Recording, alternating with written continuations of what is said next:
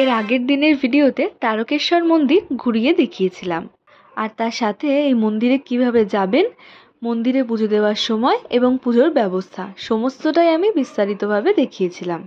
আর তারপর আমরা তারকেশ্বর মন্দির থেকে বেরিয়ে রওনা দিলাম কালনা 108 শিব মন্দিরের উদ্দেশ্যে।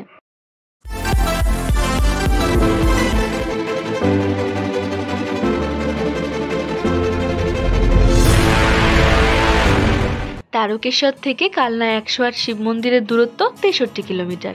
আমরা তারকেশ্বর মন্দির থেকে বেরিয়ে তারকেশ্বর স্টেশনের পাশ থেকে গিয়ে তারকেশ্বর ধনিয়াখালী রোড ধরে এগিয়ে প্রায় 10-12 কিলোমিটার পর তারকেশ্বর গুড়াব রোড ধরে এগোতে থাকলাম।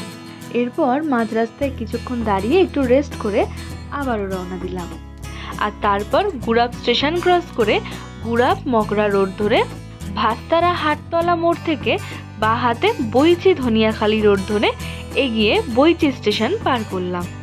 এরপর বইচি কালনা রোড ধরে আমরা অবশেষে পৌঁছালাম অম্বিকা কালনা রেলগেট, এবং এই রেলগেট পার করে সামনে চারমাথা মোড় থেকে কালনা কাটোয়া রোড ধরে এগিয়ে আমরা সোজা পৌঁছে গেলাম 108 শিব মন্দির।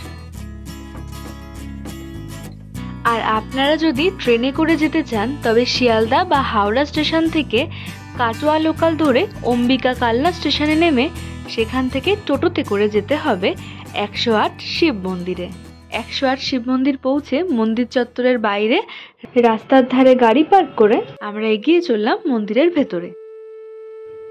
এখন আমরা এসেছি কালনা 108 শিব মন্দির। পুরোটা মন্দির ঘুরে দেখাবো। কালনা শহরের রাজবাড়ি মন্দির প্রাঙ্গণের ঠিক উল্টো দিকেই এই 108 শিব মন্দির রয়েছে, যা নবকৈলাস মন্দির নামে পরিচিত।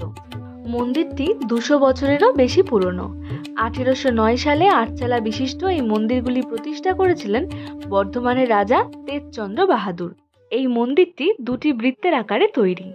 বাইরের বৃত্তে 74টি শিব মন্দির রয়েছে, এবং এই মন্দিরের শিবলিঙ্গগুলি একটি কৃষ্ণবর্ণের ও একটি শুক্লবর্ণের, এভাবেই একের পর এক সাজানো রয়েছে। কৃষ্ণবর্ণ রুদ্রের প্রতীক এবং শুক্লবর্ণ সদাশিবের প্রতীক, যার অর্থ চৈতন্য ও জ্ঞান।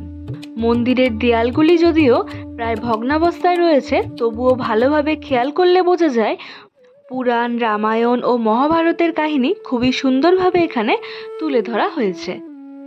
এই মন্দিরটি খোলা থাকে প্রত্যেক দিন সকাল 6টা থেকে বেলা 12টা পর্যন্ত এবং বিকেল বেলা 4টে থেকে রাত্রি 8টা পর্যন্ত। কালনার এই মন্দিরে পুজো দিতে হলে পুজোর সামগ্রী সাথে করে নিয়ে গিয়ে নিজেরাই নিজেদের মনের মতো করে এখানে পুজো দিতে পারবেন। এই মন্দিরে নেই কোনো কোলাহল, নেই কোনো রেষারেষি, ফলে আপনার মন হয়ে উঠবে শান্ত।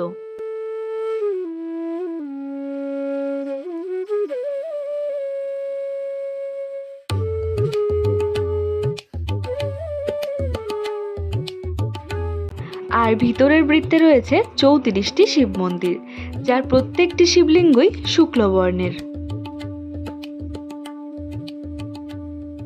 এই মন্দিরগুলির ঠিক মাঝেই রয়েছে একটি বড় কুয়ো, যা বর্তমানে নেট ও পাঁচিল দিয়ে ঘিরে রাখা আছে।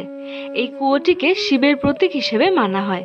মনে করা হয় মন্দিরের জলের চাহিদা মেটানোর জন্যই হয়তো এই কুয়োটি খনন করা হয়েছিল।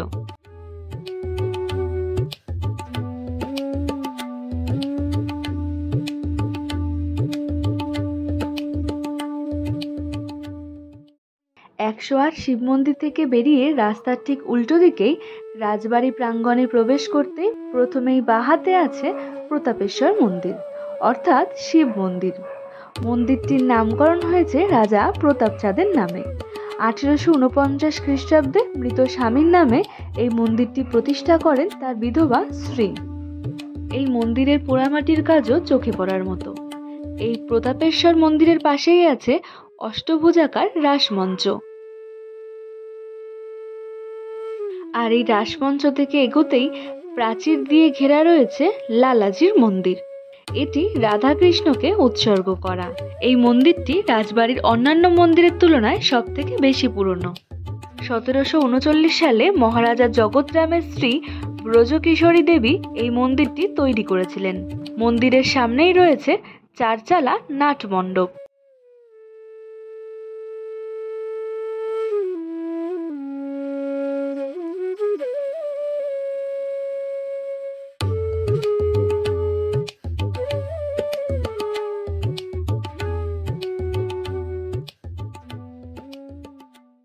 চালজি মন্দির থেকে বেরিয়ে ডান হাতে রয়েছে 19 শতকের তৈরি 5টি 8 বিশিষ্ট শিব মন্দির।